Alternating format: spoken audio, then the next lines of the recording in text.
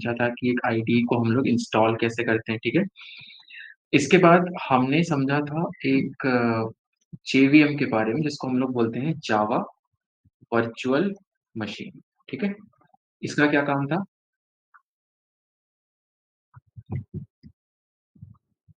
Sorry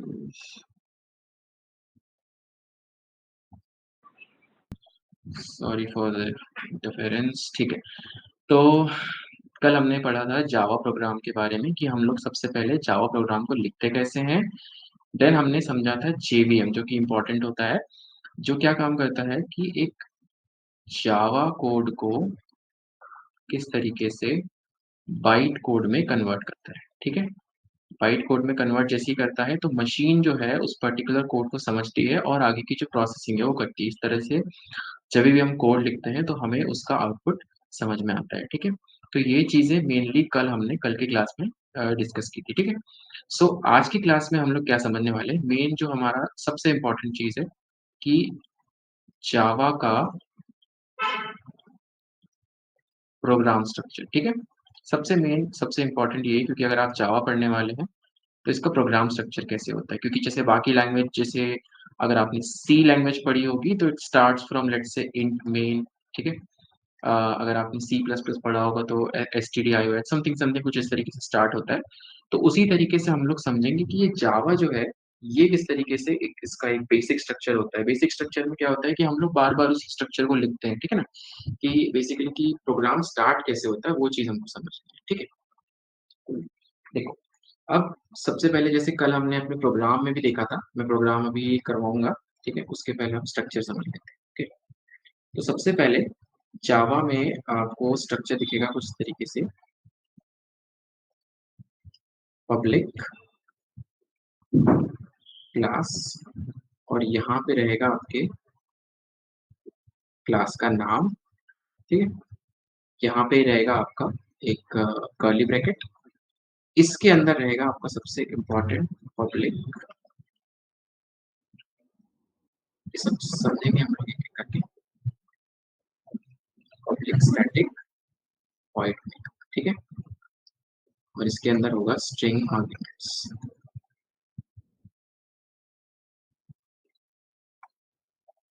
ठीक है? उसके बाद यहाँ पे फिर कर्ली ब्रैकेट, इसके अंदर जो है, यहाँ जो भी रहेगा आपका कोड, आप जो भी इनपुट लेते हो, आउटपुट लेते हो या जो भी प्रोग्रामिंग लॉजिक लगाते हो, वो सारी चीज़ें इस पब्लिक स्टैटिक वॉइड मेन के अंदर आएगी, ठीक है? उसके बाद यहाँ से आपका ये मेन मेथड खत्म होती है एंड फाइनली यहाँ से आपकी ये क्लास खत्म होती है, ठीक है? सो ये जो है एक बेसिक स्ट्रक्चर है एक जावा प्रोग्राम का। अब हम लोग वन बाय वन समझेंगे कि ये जितनी भी टर्म्स आप देख रहे हो अपनी स्क्रीन पर, ये टर्म्स एक्चुअली में है क्या, ठीक है? और देख के पहली बार ये लग सकता है कि शायद थोड़ा-सा एक लेंथी अ, कोड जैसा हो, लेकिन हम बेसिकली इसको रिपीटेडली यूज़ करेंगे, बार-बार हम लोग जब इसी चीज़ का यूज़ करेंगे तो it will automatically come into your muscle memory, ठीक है ना? ये चीज़ को आपको रटने की ज़रूरत नहीं है, क्योंकि जब आप लोग आईडीई यूज़ करते हो ना, सो जैसे कि कल मैंने आपको बताया जैसे ही हमने एक लेट्स से फाइल क्रिएट की, ठीक है? जावा की हमने जैसे एक फाइल क्रिएट की कि मुझे ये प्रोग्राम बनाना है, मैंने उसका कुछ नाम दिया, ठीक है? तो ऑटोमैटिकली सबसे पहली चीज़ तो आपके पास एक क्लास क्रिएट हो गई। उसके अंदर क्या किया, आपने मेन मेथड डाल दी, ठीक है? This is class, this is method, अभी समझेंगे क्या होता है। और उसके बाद ऑटोमैटिकली फिर क्या करोगे, आप अपना जो भी अंदर कोड लिखोगे। तो मेनली क्या होता है कि इन चीज़ों को आपको याद नहीं करना है, ठीक है? प्रोग्रामिंग में मैं एक चीज़ आपको बताता हूँ, ये बहुत इम्पोर्टेंट चीज़ है, डोंट मेमोराइज़ एनीथिंग। मुझे भी काफ़ी सारी चीज़ें याद नहीं रहती है और ना हमें चीज़ों को याद करना चाहिए। कुछ भी चीज़ समझ में नहीं आती है, देखो क्या होता है, ये सारी चीज़ें जो है ये ऑटोमैटिकली आपको धीरे-धीरे कोड करते-करते दिमाग में आ जाती है, ठीक है ना?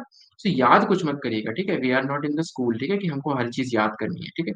जो भी चीज़ जिस जिस भी चीज़ का रेफ़रेंस नहीं मिलता है, आजकल हमारे पास बहुत सारे रिसोर्सेज़ हैं, ठीक है? तो याद नहीं करना है, लेकिन हमको समझना है कि उनका एक्चुअली मतलब क्या होता है और चीज़ें काम कैसे करती है, ठीक है? चलो। सो अभी यहाँ पे हम समझते हैं कि ये जो जितने भी चीज़ हमारे पास ये वर्ड्स लिखे हुए हैं ना, ये पब्लिक, स्टैटिक, वॉइड ये सब क्या है, ठीक है? देखो वन बाय वन हम लोग समझते हैं। सबसे पहले हमारे पास ये पब्लिक क्या है, ठीक है? सो पब्लिक जो होता है, this is your access modifier. Access modifier का मतलब क्या होता है समझना? फॉर एग्ज़ाम्पल आपके पास एक लेट्स से एक रूम है आपके पास, ठीक है? आपने क्या किया है कि वहाँ पर एक लॉक लगा के रखा है, ठीक है? जब आपने लॉक लगा के रखा है तो इट सिंपली मीन्स कि उसको आपके अलावा कोई और एक्सेस नहीं कर सकता है, ठीक है? दूसरी कंडीशन ये हो सकती है कि वहाँ पे कोई लॉक नहीं लगा है या फिर आप बोल सकते हो कि लॉक खुला हुआ है, ठीक है? सो ये जो कंडीशन होती है ये मतलब कि है कि ये बेसिकली आप ही यूज़ कर सकते हो, तो this is private to you. और जब कोई इस पे लॉक नहीं लगा है तो simply means it is public to you, ठीक है? ये चीज़ समझ में आई क्या सब लोगों को? एक बार रेज़ योर हैंड, मतलब पब्लिक और प्राइवेट आप लोग को समझ में आया क्या? एक बार बता दीजिए। ठीक है, चलो ओके, ठीक है। पब्लिक और प्राइवेट अगर आप लोग को समझ में आ गया, तो ईज़ी है अब समझना, ठीक है? तो जभी भी आप किसी भी क्लास को डिफाइन करोगे, सो पब्लिक एंड प्राइवेट सिर्फ़ ये डिफाइन करता है कि वो क्लास जो है उस पर्टिकुलर उसको एक्सेस कौन कर सकता है। पब्लिक है तो उसको हर कोई एक्सेस कर सकता है, उस क्लास के बाहर अगर आप कोई वेरिएबल बनाओगे, वो भी उस क्लास को एक्सेस कर सकता है, ठीक है? इस तरीके से आपको इस चीज़ को समझना है, प्राइवेट और public. So this is your first thing, ठीक है? ये जो है आपकी ये फर्स्ट चीज़ हो गई जो हमने समझी, ठीक है? पब्लिक क्या होता है। देन ये क्लास क्या है, ठीक है? देखो, class is basically a keyword, ठीक है? कीवर्ड समझना, कीवर्ड मतलब ये होता है कि जैसे आप ये समझ लो keyword is nothing but Java में हम लोग जैसे काफ़ी सारी चीज़ें यूज़ करें, जैसे हम लोग इंट, जैसे हम लोग सी, सी प्लस में पढ़ते हैं ना, इंट पढ़ते हैं या फिर एक प्रिंटफ पढ़ते हैं। ये होते हैं स्टैंडर्ड टर्म्स, ठीक है? ये स्टैंडर्ड टर्म्स होते हैं जिनको हम लोग यूज़ करते हैं अपनी अंडरस्टैंडिंग के लिए, ठीक है? सो 1 मिनट, वॉइस क्लियर आ रही है ना मेरी? ठीक है। ठीक है, तो ये जो है, ये बेसिकली आपके कीवर्ड्स है, ठीक है ना? जिसको आप लोग यूज़ करते हो कि हाँ भाई चलो ये क्लास है, डिफाइन कैसे करोगे? तो आपने यहाँ लिख दिया क्लास, ठीक है? एंड फाइनली यहाँ पर जो आता है, आपके क्लास का नेम आता है, ठीक है? तो ये चीज़ समझ में आ गई कि पब्लिक आपको डिफाइन करना है कि भई आपकी क्लास को कौन एक्सेस करेगा। दूसरा क्लास जो कीवर्ड आपको लिखना पड़ेगा जभी भी आप वो क्लास को डिफाइन करोगे एंड फाइनली आपको उस क्लास का कुछ ना कुछ नाम तो देना ही पड़ेगा, ठीक है? ये चीज़ हो गई। तो हम कभी भी जो कोड है वो कुछ ऐसे लिखेंगे कि हमारे पास पहले क्लास आ गई और इस क्लास के अंदर जो है हमारी मेथड आ गई, ठीक है? ये हमारा एक स्ट्रक्चर हो गया। अब ये चीज़ हमने समझी कि क्लास कैसे डिफाइन करते हैं। अब हम समझेंगे ये जो पब्लिक स्टैटिक वॉइड में इतना बड़ा-सा लिख रहा है ना, ये चीज़ क्या है, ठीक है? इसको समझेंगे। अब इसमें भी अगर आप देखोगे ना, तो ये जो पब्लिक दिख रहा है ना आपको, public is again the access modifier. ये एक्सेस मॉडिफायर जो हमने क्लास के ऊपर लगाया था, ठीक है? मतलब कि यहाँ पे जो हमने लगाया था ये वाला, ये हमने लगाया था कि हम हमारी क्लास को कौन एक्सेस कर सकता है। ये हम लगा रहे हैं कि हमारी मेथड को कौन एक्सेस कर सकता है, ठीक है? ये चीज़ होती है, ये समझिए। इसका मतलब क्या होता है कि ये जो मेथड है पब्लिक है तो जेवीएम के बाहर से भी कोई कॉल कर सकता है, सिंपल, ठीक है? सो दिस इज़ ये जो पब्लिक आपको दिख रहा है ना, इट विल बी सेम, ठीक है? जो क्लास के लिए आप यूज़ करते हो वही आप मेथड के लिए यूज़ करोगे। तो यहाँ पे अब समझने वाली बात है कि ये जो स्टैटिक है ये क्या होता है, ठीक है? Static, what is static? ठीक है? स्टैटिक का मतलब क्या होता है? अगर आपने किसी भी मेथड के सामने, ध्यान सुनना एक चीज़ को, किसी भी मेथड के सामने मैं लिख भी देता हूँ यहाँ पे, ठीक है? If you use static, so it belongs to a class, ठीक है? स्टैटिक यूज़ करने का मतलब ही ये होता है कि अगर आपने किसी भी मेथड के सामने स्टैटिक यूज़ किया है, इसका मतलब कि वो एक क्लास को बिलॉन्ग करेगी, ठीक है ना? ये चीज़ समझ लेना। और और इसका मतलब क्या होता है, अगर वो मेथड जो है देखो आगे चल के ना हम लोग ये पढ़ने वाले important concept object oriented programming, इसमें ना ये चीज़ आपको और अच्छे से क्लियर होगी कि ये स्टैटिक बेसिकली है क्या? क्योंकि वहाँ पे हम क्या करेंगे ना, क्लास के ऑब्जेक्ट्स बना रहे होंगे, तब हम लोग को ये चीज़ और अच्छे से क्लियर हो जाएगी। फिलहाल आप लोग सिर्फ़ ऐसे समझो कि अगर आप स्टैटिक यूज़ कर रहे हो किसी मेथड के सामने, इसका मतलब कि वो किसी न किसी क्लास को बिलॉन्ग करती है, ठीक है? ये चीज़ को हम लोग आगे ऑब्जेक्ट ओरिएंटेड प्रोग्रामिंग में बहुत अच्छे से समझेंगे, ठीक है ना इसका मतलब। तो इसको अभी ये मत सोचना कि वी आर स्किपिंग इट, हम लोग इसको बेटर अंडरस्टैंडिंग हमारी एक्चुअली यहाँ पे ज़्यादा अच्छे से आएगी, जब हम लोग ऑब्जेक्ट ओरिएंटेड प्रोग्रामिंग समझेंगे, ठीक है? ओके, ये चीज़ हो गई। इसके बाद आता है हमारे पास वॉइड। व्हाइट का मतलब किसी को हिंदी में पता है? व्हाइट हम लोग क्यों यूज़ करते हैं जनरली? बहुत नॉर्मल सी मीनिंग है व्हाइट का। एनीवन? कोई अनम्यूट करके बोलना चाहे या फिर कोई लिखना चाहे?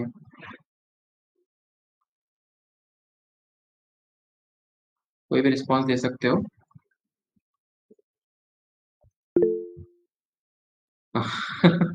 वाइड नहीं, VOID, जो आपने लिखा है wide, this is something else, ठीक है? This is not. ये वाइड, वाइड मतलब होता है एम्प्टी, खाली, ठीक है ना? वाइड मतलब नथिंग। आपका माइक्रोफोन है अमोलिक, ओके। देखो void मतलब होता है नथिंग।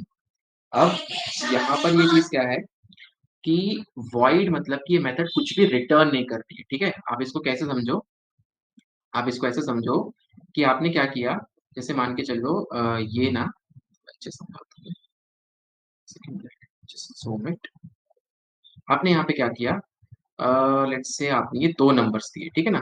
काम आप लोग ऐसे ही करोगे, दो नंबर्स दिए एक पर्टिकुलर पर्सन को, और आपने इसको बोला कि ये जो दो नंबर्स है ना, इसको आप ऐड करके दो, ठीक है? आपने क्या किया, दो नंबर्स दे दिए और आपने उस पर्सन को बोला कि ये नंबर्स मुझे ऐड करके दो। तो वो क्या करेगा, अपने बैक एंड में कुछ लॉजिक लगाएगा कि हाँ 2 + 3 करेगा इज इक्वल टू 5 करेगा, ठीक है?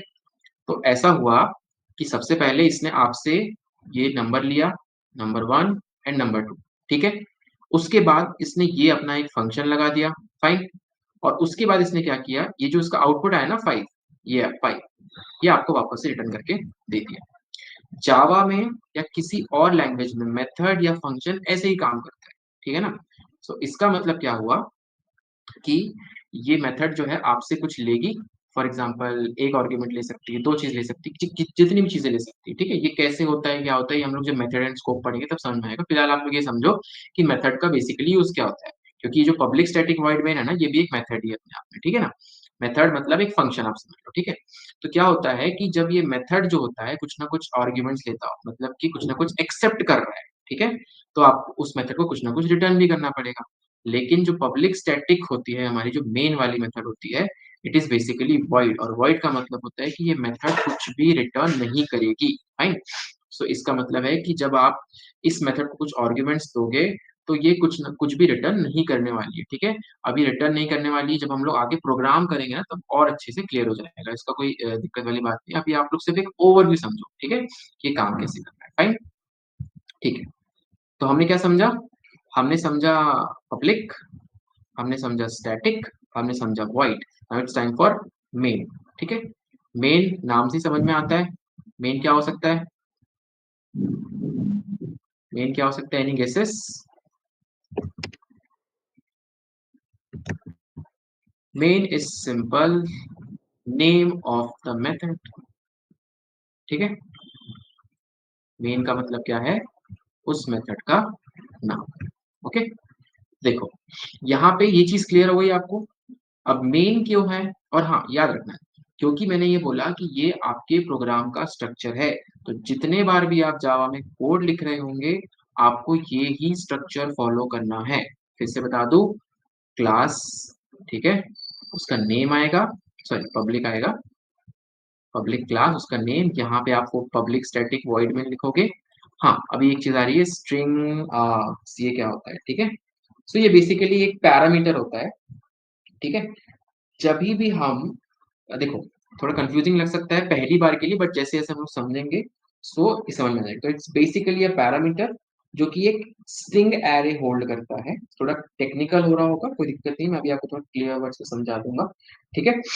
तो यहाँ पे क्या होता है समझना, कि जभी भी ये प्रोग्राम स्टार्ट होता है ना, तो हम कुछ स्ट्रिंग आर्ग्यूमेंट्स उसमें पास कर रहे होते हैं। देखो, कुछ ना कुछ कोड हम लोग लिख रहे होंगे उसके अंदर, ठीक है? तो यही बेसिकली उसमें जाता है, और ये पब्लिक स्टैटिक वॉइड मेन जो है कुछ ना कुछ एक्शन उससे परफॉर्म करती है। तो ये आप मान के चलो कि ये जो स्ट्रिंग आर्ग्स होता है, ये आपको हर बारी वहाँ पे लिखना होगा, ठीक है? ये एक सिंटेक्स आप बोल सकते हो उसका।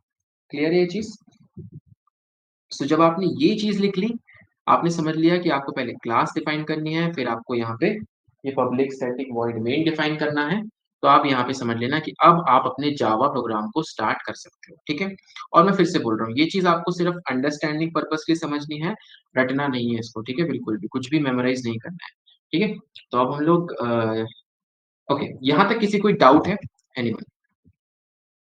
एक्चुअली सर प्राइवेट और पब्लिक तो बेसिकली सी प्लस प्लस में यूज होते हैं, और हम तो डीएसए प्लस जावा से कर रहे हैं, तो इसमें भी यूज, यस डेफिनेटली। मैंने बोला ना, जावा और सी प्लस प्लस जो है ना, सो दे आर टाइप, लगभग लगभग लैंग्वेज, बहुत ज्यादा डिफरेंस उसमें नहीं है, ठीक है ना। जैसे कि आप सी प्लस प्लस में भी डीएसए कर सकते हो, आप सी प्लस प्लस में ऑब्जेक्ट ओरिएंटेड प्रोग्रामिंग भी कर सकते हो, ठीक है। So it's basically public private जो है वो सी एस जैसे सी प्लस प्लस में यूज होते हैं, कोई दिक्कत नहीं, जावा में भी यूज होते हैं, राइट, इसमें कोई दिक्कत नहीं। Any questions?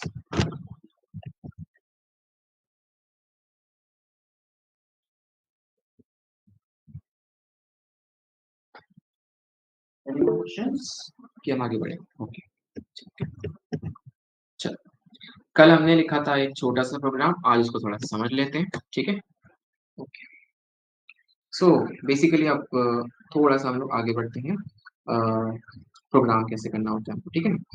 बेसिक टेम्पलेट आपने समझ लिया यहाँ पे, कि हम लोग जब भी एक प्रोग्राम लिखेंगे जावा का, तो हमको स्टार्ट कैसे करना है, ठीक है।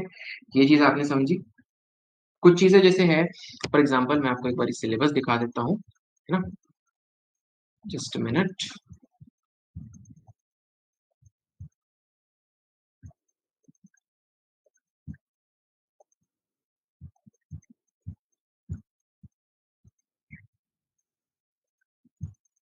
देखो, सो कल हमने ये जेवीएम, जेडीके और जेआरई, ये इंपॉर्टेंट चीजें पढ़ा था, ठीक है। इंस्टॉलेशन किया था कल हमने, और अपना पहला जावा प्रोग्राम लिखा, फाइन, ठीक है। अभी हमने पब्लिक स्टैटिक वॉइड मेन का मतलब समझा, ठीक है। इसके बाद हम लोग समझेंगे जावा नेमिंग कन्वेंशंस, ठीक है। जावा नेमिंग कन्वेंशंस, मुझे पता है कि आप लोग को अभी प्रोग्राम देखने की थोड़ी ज्यादा इच्छा हो रही होगी, कि ये प्रोग्राम कैसे होता है, क्या होता है, बट एक बार, सिर्फ एक बार ही ना, आपको जब भी कुछ इस तरह की टेक्निकल चीजें आप कर रहे होते हो ना, तो उसका बैक एंड में अंडरस्टैंडिंग समझ लो, ठीक है। क्योंकि वो चीज हम बार बार नहीं करते, बार बार क्या करते हैं हम लोग, बार बार प्रोग्राम्स करते हैं, बार बार हम लोग लॉजिक समझते हैं, बार बार जो भी डिफरेंट डिफरेंट टाइप के प्रोग्राम्स है वो करते हैं। ये सारी चीजें सिर्फ एक बार ही समझने की होती है, ठीक है, एक अंडरस्टैंडिंग पर्पज के लिए होती है। तो जब आप स्टार्ट करते हो ना, थोड़ा बहुत लग सकता है कि हाँ यार, थोड़ा डिफिकल्ट जा रहा है, या फिर थोड़ा समझ में नहीं आ रहा है, बट फर्स्ट टाइम के लिए थोड़ा सा लग सकता है, ठीक है। बट सिर्फ अंडरस्टैंडिंग पर्पज के लिए चीजें हमको पढ़नी होती है, अदरवाइज किसी ने पूछा जावा पढ़ लिया, ये क्या होता है, तो आप शायद से बता नहीं पाओगे, तो फिर दिक्कत हो जाएगी, है ना। नेमिंग कन्वेंशंस के बारे में हम लोग एक बार समझ लेते हैं, will definitely move to the program part for sure, ठीक है। चलो एक सेकंड, स्क्रीन चेंज कर देता हूँ।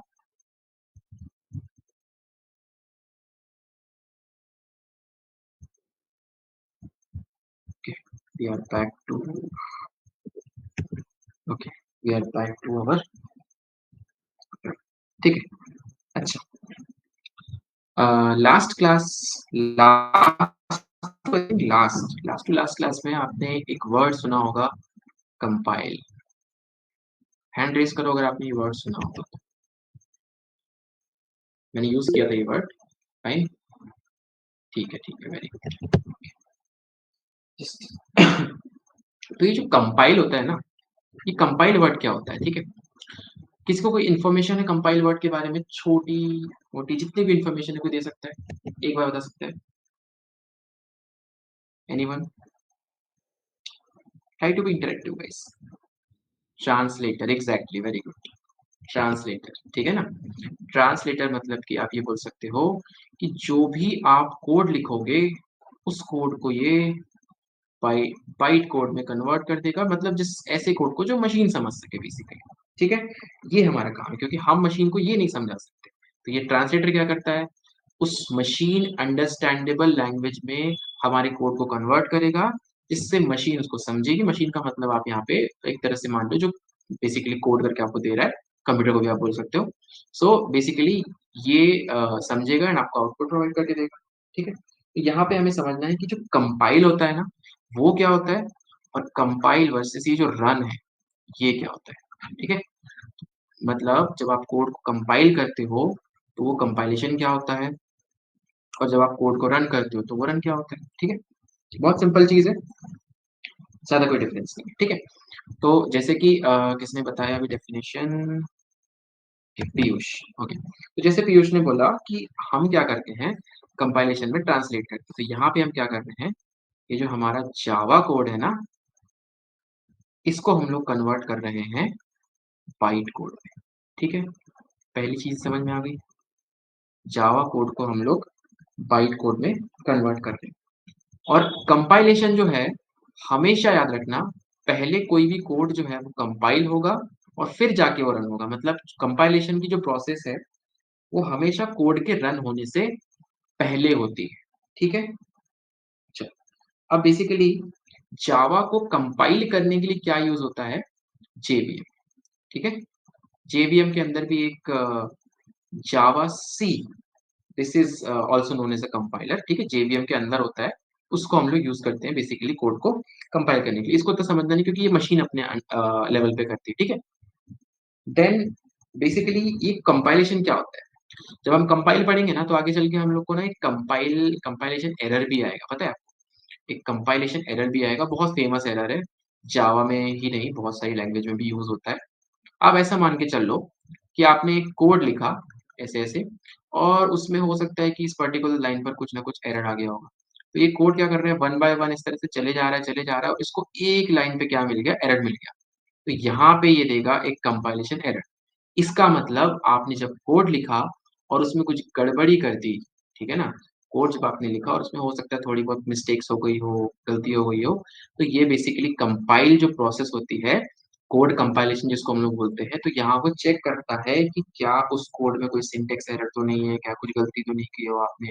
ठीक है, so this is something which is useful. ठीक है, तो कंपाइल जब आप करते हो उसका बेसिकली मतलब ये होता है कि एक तरह से चेक करना कि आपका कोड सही तरीके से लिखा गया है। क्लियर है ये चीज? ठीक है, किसी का डाउट इस चीज में, कंपाइलेशन के प्रोसेस में?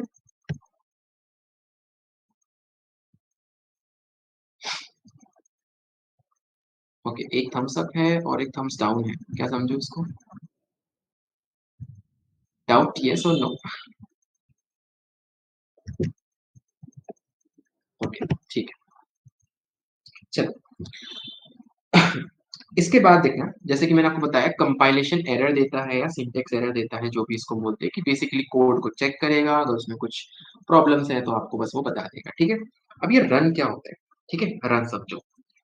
देखो, सबसे पहले आप ये मान के चलना कि ये है आपका कोड, ये कोड हो गया कंपाइल। अब कंपाइल होने का मतलब क्या है कि इसमें एरर होंगे क्या? नहीं होंगे। अगर वो सक्सेसफुली कंपाइल हो गया है, अगर आपका कोड सक्सेसफुली कंपाइल हो गया है, मतलब कि आपके इस कोड में कोई एरर नहीं है। अब जब इस कोड में कोई एरर नहीं है, ये बात ध्यान से समझना, क्योंकि आगे चल के ना हम लोग जैसे अभी कंपाइलेशन एरर पढ़ा है ना, हम लोग रन टाइम एरर भी पढ़ेंगे। ठीक है ना, और ये बहुत फेमस चीज है, इंटरव्यू क्वेश्चंस में काफी काफी बारी, और क्योंकि थोड़ा कंफ्यूजिंग लगता है, बट मैं आपको इस तरीके से समझा रहा हूँ कि आगे चल के कंफ्यूजन ना हो। ठीक है, देखो, जब आप किसी भी कोड को कंपाइल करते हो, मतलब आप उसको बेसिकली एक तरह से मान के चल लो कि सिंटेक्स चेक कर रहे हो। सिंटेक्स आपने देखा, सिंटेक्स में कोई एरर नहीं है, तो जब आपके सिंटेक्स में कोई एरर नहीं है तो वो क्या हो जाएगा, सक्सेसफुली कंपाइल हो जाएगा। अब जब वो कोड आपका सक्सेसफुली कंपाइल हो जाएगा, तब अल्टीमेटली जो चीजें चेक होगी वो उसके लॉजिक पे होगी। ठीक है, अब अब अगर आपका कोड जो है सक्सेसफुली कंपाइल हो गया है तो it is ready to run. ठीक है, अब ये कोड जो है वो रन करेगा। इसका मतलब क्या है कि ये जो आपका बाइट कोड बन के आया है ना, जो ये बाइट कोड, इसका बेसिकली अब यहाँ पर एग्जीक्यूशन होगा। ठीक है, इसका यहाँ पर एग्जीक्यूशन होगा। फाइन। और जब आपका देखो कंपाइलेशन कब होता है, रन होने के पहले। तो ऑब्वियस सी बात है, रन कब होगा, आफ्टर कंपाइलेशन। ठीक है, या आप बोल सकते हो कि आफ्टर सक्सेसफुल कंपाइलेशन, मतलब जैसे ही आपका कोड सक्सेसफुली कंपाइल हो गया, तब आपका कोड रन कर जाएगा। ठीक है ना, अब एक और इम्पोर्टेंट चीज समझना, जैसे हमने यहाँ समझा कि ये जावा सी जो है ये कोड को कंपाइल करता है, तो यहाँ पे जो कोड है उसको रन कौन करता है, तो वो करता है जावा इंटरप्रेटर। ठीक है, तो जावा इंटरप्रेटर का काम है उस कोड को रन करने का। ठीक है ना, और जैसे कंपाइल का काम क्या होता है, कंपाइलेशन एरर देना, वैसे ही रन वाला क्या करता है, देखो आपका कोड जब रन कर गया सक्सेसफुली, तो ऑब्वियसली आप क्या चाहोगे कि उसका एक आउटपुट मिल जाए। ठीक है ना, तो इसका मतलब क्या है कि जो कंपाइलेशन से आउटपुट आता है, this is compile error, compilation error, और जो रन करने से आउटपुट आता है, दिस इज बेसिकली जो भी आप अपने प्रोग्राम में डिस्प्ले कराते हो। आप लोगों ने प्रिंट स्टेटमेंट के बारे में सुना होगा, आई गेस, है ना? सबने सुना होगा प्रिंट स्टेटमेंट के बारे में। तो जो प्रिंट स्टेटमेंट होता है, वैसे ही मतलब कि आप बेसिकली रन करके, जब आप कोड को रन करते हो, तो आप कुछ ना कुछ उससे आउटपुट एक्सपेक्ट कर रहे हो। क्लियर है चीज? कंपाइल और रन के बीच में डिफरेंस सबको क्लियर है? और जिस तरीके से आपको यहाँ पे कंपाइलेशन एरर्स मिलते हैं ना, वैसे ही आपको यहाँ पे मिलेंगे रन टाइम एरर्स। ठीक है? रन टाइम एरर्स मतलब basically logical errors. For example, आप कुछ ऐसा एक्सेस करना चाह रहे हो जो आपके, फॉर एग्जांपल एरे या स्ट्रिंग, अगर आपने अभी तो नहीं पढ़ा होगा, बट आप मान के चलो 3 साइज का आपका एरे है और आप 4 साइज में कुछ एक्सेस करना चाह रहे हो, तब आपको वो रन टाइम एरर देगा। मतलब आपका कोड जो है उसका सिंटेक्स तो बराबर है, लेकिन आपके लॉजिक में दिक्कत है। तो उस टाइम पे जो एरर आएगा, this will be your run time error. ठीक है ना ये चीज? ठीक है, कंपाइल और रन में अभी किसी को कोई छोटा बहुत जो भी कंफ्यूजन होगा, यू कैन आस्क।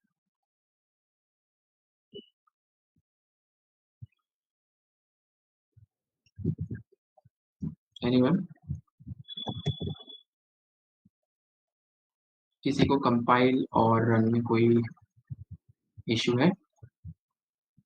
कैसे कोड को कंपाइल किया जाता है, कैसे कोड को रन किया जाता है? Okay, that's good. ओके, सो अभी हम लोग समझते हैं एक छोटी सी चीज। ठीक है? हमने सिलेबस में क्या देखा था अभी? जावा नेमिंग कन्वें नेमिंग कन्वेंशन। ठीक है? नेमिंग कन्वेंशन जो होता है, उससे किसी को थोड़ा सा समझ में आ रहा है? क्योंकि नेमिंग कन्वेंशन, मैं बस आप लोगों से एक चीज पूछना चाहता हूँ कि क्या आपने किसी और लैंग्वेज में ये जो नेमिंग कन्वेंशन वर्ड सुना है? सर ये एक बार रिपीट कर दो शॉर्ट में। Okay, definitely. जस्ट सेकंड, कौन सा सेक्शन में रखा था? सेक्शन कोई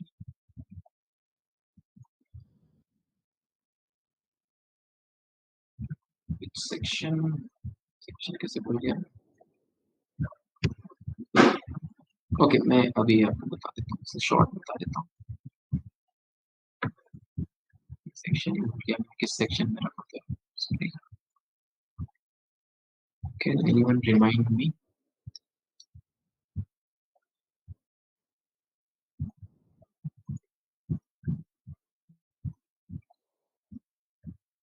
चलो कोई नहीं, फिर से बता देता हूँ एक बार। देखो, कंपाइल और रन का मतलब क्या हो गया? देखो, ऐसे मैं एक बेसिक सा एग्जांपल देता हूँ। आपने किसी को एक पेपर दिया, ठीक है? पेपर दिया, अब उसमें सपोज आपके स्पेलिंग मिस्टेक्स निकल कर आ गए। ठीक है? अब स्पेलिंग मिस्टेक्स निकल कर आ गए, तो भाई आपके मार्क्स तो कटेंगे। ठीक है? आपके मार्क्स कटेंगे। तो उस कंडीशन में जो आपके मार्क्स कटेंगे, इट विल बी बेसिकली आपका कंपाइलेशन एरर। ठीक है? तो इसका मतलब क्या हुआ कि कंपाइलेशन जो होता है, वो सिर्फ आपके कोड का सिंटेक्स चेक करता है कि आपने कोड लिखते समय कोई गड़बड़ी तो नहीं की है। ओके, अब मान के चलो आपकी स्पेलिंग जो है वो पूरी तरह से करेक्ट है। ठीक है? आपके कोड में कोई भी सिंटेक्स एरर नहीं है, मतलब आपने कहीं पे शायद सेमीकोलन मिस नहीं किया, कहीं आपने ब्रैकेट्स मिस नहीं किया। ठीक है? जब आप कोड करोगे ना आईडीई में, देखो, यही एक डिफरेंस होता है जब आप आईडीई में कोड करते हो, जब आप नोटपैड में कोड करते हो। जब आप आईडीई में थोड़ी भी मिस्टेक करोगे ना, तो आपको एक रेड सिंबल दे देगा। उसके बारे में हम आगे समझेंगे जब आप आईडीई में कोड करेंगे। तो क्या होगा, जब आप थोड़ी बहुत ऐसी मिस्टेक करोगे ना, तो आपको एरर पहले दिखा देगा। ठीक है? ये चीज होती है इसमें। तो अब सपोज आपका जो कोड है वो सक्सेसफुली कंपाइल हो गया। सो नाउ उसके बाद क्या होगा? वो कोड जो है वो रन कर जाएगा। आप जब वो कोड रन करेगा, तो वहां पे आपने जो भी लॉजिक लिखा है ना कोड के अंदर, जैसे आपने ए प्लस बी लिख दिया सपोज, ये सही है, ये गलत है, ये चेक किया जाएगा। ठीक है? तो यहाँ कंपाइलेशन में आपके कोड का सिंटेक्स चेक हो रहा है, और रन में आपके कोड का लॉजिक चेक हो रहा है। ठीक है? तो कंपाइलेशन में अगर कोई दिक्कत आएगी, तो आपको मिलेगा कंपाइलेशन एरर, और अगर आपके लॉजिक में कोई दिक्कत आएगी, तो आपको मिलेगा रन टाइम एरर। ठीक है? फाइन? अभी समझ में आया? अभी कुछ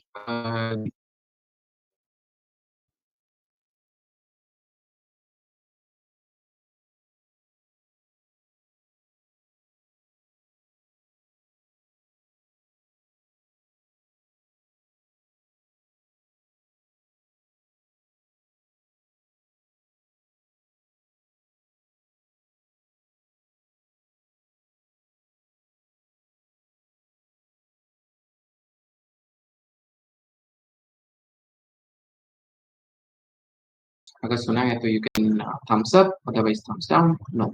चलो, ठीक है, नेमिंग कन्वेंशन जो है ना हम अभी तो पढ़ रहे हैं, लेकिन जैसे-जैसे आगे हमारा कोर्स जाते जाएगा, उसके बाद हम लोग क्योंकि जैसे देखो क्या है, अभी हम लोग क्या है कि सिर्फ़ 1-2 चीज़ें पढ़ी, ठीक है ना?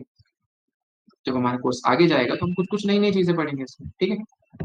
तो जब नई-नई चीज़ें पढ़ेंगे तो वहाँ पे वो नेमिंग कन्वेंशंस हमको और अच्छे से समझ में आते जाएँगे, ठीक है?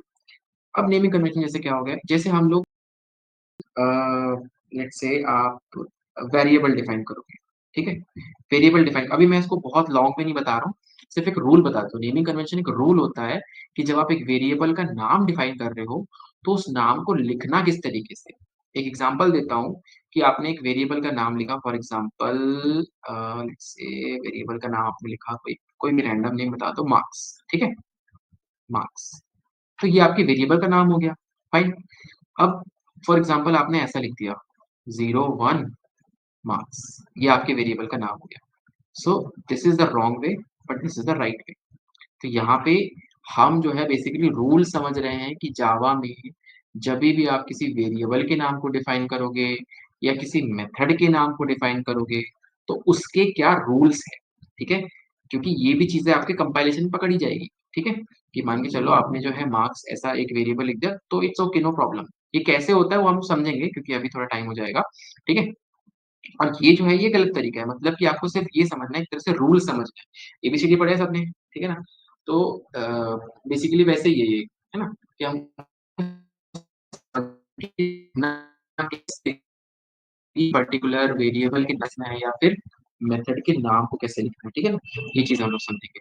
एक बहुत फेमस वर्ड सबने आई थिंक सुना होगा, just let me tell you Pascal case. अगर ये नहीं सुना होगा तो ये तो पक्का सुना होगा, कैमल केस। ये सुना है क्या बताओ? नहीं सुना? कोई बात नहीं। आगे सुनिए, ठीक है? सो ये जो होते हैं ना ये देखो केस से समझ में आ रहा है case let's say upper case lower case सुना होगा आप लोगों ने अपर केस मतलब कि इस तरह के कैरेक्टर्स ए बी सी और लोअर केस मतलब ऐसे स्मॉल वाले है ना सो उस तरीके से यहाँ पे ना केसेस होते हैं केस मतलब कि आपको बस एक तरीका होता है कि हाँ ये पास्कल केस कैसा होगा और ये लेट्स से जो कैमल केस है वो कैसा होगा ठीक है ना तो डिफाइन करने का तरीका होता है कि आप अपने मेथड और अपने वेरिएबल के नाम को डिफाइन कैसे करोगे ठीक है ना तो ये चीजें होती है इसके बारे में हम लोग थोड़ा सा डिस्कस करेंगे क्योंकि इसमें काफ़ी सारे पॉइंट्स आते हैं, ठीक है? कि हम लोग को किसी नंबर से स्टार्ट नहीं करना है या फिर कौन से अल्फ़ाबेट रखने हैं उस वेरिएबल के नाम में या फिर कौन से स्पेशल कैरेक्टर्स हम लोग रख सकते हैं। स्पेशल कैरेक्टर्स का मतलब लेट्स से ये एंड हो गया, हैश हो गया या फिर आपका ये परसेंटेज हो गया, है ना? ये स्पेशल कैरेक्टर्स होते हैं, ठीक है? तो ये हम लोग समझेंगे कल की क्लास में कि ये नेमिंग कन्वेंशंस क्या होते हैं, ठीक है? और हम लोग जावा में किसी भी नाम को डिफाइन कैसे करते हैं, ठीक है? ये चीज़ हम लोग कल की क्लास में समझेंगे, ठीक है? हाँ उसके अलावा कल हम लोग और क्या समझने वाले हैं, देख लेते हैं। हाँ, सॉरी फॉर दैट कि आज हम लोगों ने प्रोग्राम कैसे एक रन करना चाहिए वो नहीं समझा, क्योंकि मैं आपको फिर भी एक बार दिखा देता हूँ ना। आई थिंक कल कोई बोल रहा था कि जब कोड करेंगे तब ज़्यादा मज़ा आएगा, डेफ़िनिटली कोड करने में मज़ा आता है। बट जैसा कि मैंने बोला कोड जब आप कर रहे हो तो उसके पहले एक पीछे की चीज़ समझना ज़रूरी होगा। ओके, देखो पास्कल केस और कैमल केस एक बार रिपीट कर दो, ठीक है? पास्कल केस और कैमल केस जो बेसिकली ना एक मेथड्स होती है कि किस तरीके से आप अपने मेथड या फिर वेरिएबल के नाम को लिखते हो। एक रूल होता है बेसिकली, ठीक है ना? जावा में एक रूल होता है, ठीक है? तो वो रूल ही है जिसको हम लोग जिसके जो रूल्स है ना वन बाय वन हम लोग कल समझेंगे कि किस तरीके से हमको किसी मेथड या किसी क्लास का या फिर किसी वेरिएबल का नाम देना है, ठीक है ना? तो ये बेसिकली आप उसको ऐसे समझो कि रूल्स हैं हमारे, ठीक है? चलो, ओके? सो कल जैसा कि बस 2 मिनट का देख लेते हैं हम लोग कि कल जो हमने कोड लिखा था basically so let me go to my IDE tell me IDE दिख रही है सबको? ठीक है? थोड़ा मैं इसको ज़ूम कर देता हूँ। ठीक है, देखो ज़्यादा ज़ूम हो गया सॉरी।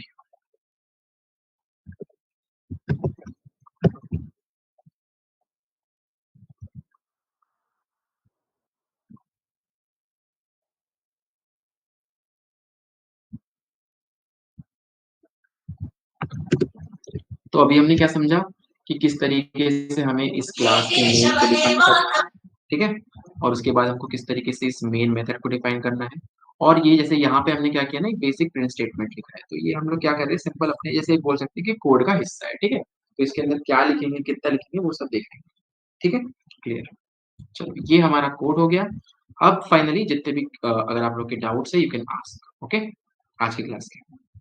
फिर कल हम लोग समझेंगे कि कोड किस तरीके से लिखना है, इनपुट और आउटपुट कैसे लेना है, और हम लोग बेसिकली ये जो रूल्स होते हैं वेरिएबल्स के, इसको भी हम लोग समझेंगे, ठीक है? सो, एनी डाउट और एनी क्वेश्चंस?